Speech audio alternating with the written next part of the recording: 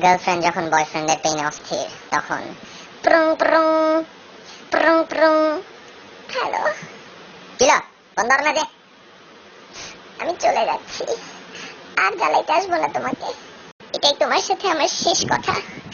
আমি তোমাকে অনেক জ্বালাই না, আজকের পর থেকে আর জ্বালাবো না। এই জান, কিসে কি করছো তুমি বলো তো? আমি আর বাঁচতে চাই না। আজকে আমি 3 থেকে 4টা রিল্যাক্সিং খাইছি, বুঝছো? চিনো তো না ওই যে ঘুমের ওষুধ? ঘুমে চোখ বন্ধ হয়ে আসতেছে। এটাই আমার শেষ ঘুম, আমাকে ক্ষমা করে দিও মুভিজ। না জান, কি করতেছো তুমি এগুলো উল্টাপাল্টা কাজ? আরে আমি তুমি তুমি শুনো, তুমি এগুলো পাগলামি করো না, বুঝছো? তুমি যেটা বলবো আমি তো শুনবো। হ্যাঁ, তুমি এগুলো করো না। এখন আর এইসব বলে লাভ নেই, অনেক দেরি হয়ে গেছে। আ উ এত রাত্রে আমাকে হসপিটালেও নিতে পারবা না, আর কোনো চান্স নাই মুভিজ। জান, তুমি তুমি যা বলবে আমি সব করব। প্লিজ তুমি শুনো, আব্বু যতই চেতুক আমি গাড়ি নিয়ে তোমাকে শপিং মলে নিয়ে যাব, ঠিক আছে?